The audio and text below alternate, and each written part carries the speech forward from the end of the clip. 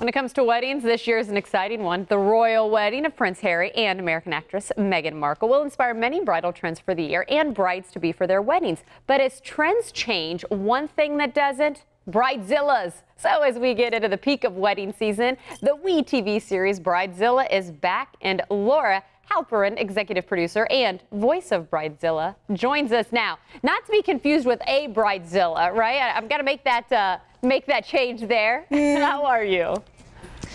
Not yet, anyway. I'm good. How are you? I like that you say not yet, and especially maybe you say that because there are some positives to being a Bridezilla. So before we get going and talking about some studies that you found, let's talk about why it's not necessarily a bad thing to be a Bridezilla.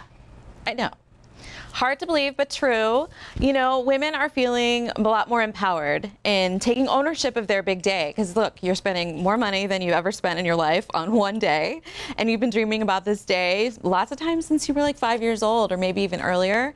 So why shouldn't you get what you want? And sometimes you have to crack the whip in order to get people to fall in line. Like, asking nicely doesn't always do the trick.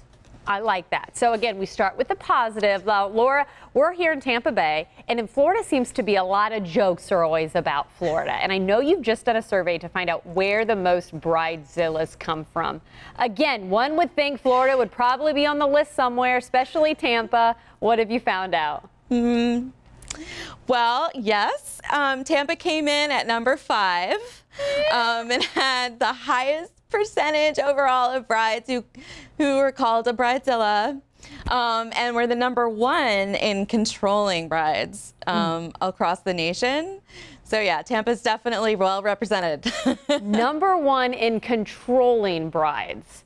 Again, we started with the positive, so maybe that's a good thing. We're just going to go with that. But as far as the brides and the weddings do roll out, what are we seeing this season, Bridezilla or not?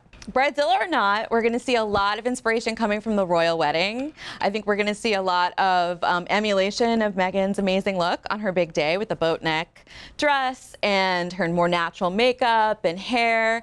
You know, I think that we were all glued to our TVs when that wedding came out, and I think we're going to see a lot of women trying to bring that to their big day.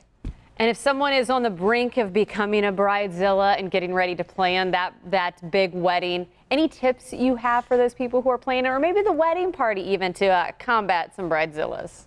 Smile and nod. Do a lot of smiling and nodding. You no longer have an opinion. You no longer get a say. You will get the tan, the shade of tan that she wants you to get.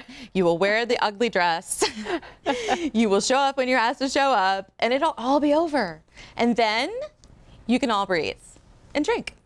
I like that. And the smile and nod. While we are smiling and nodding here, I do want to ask for tips for the bride. I mean, since we are, after all, the number 1 city for controlling brides, any tips to help battle that, to make sure the bride does enjoy her big day?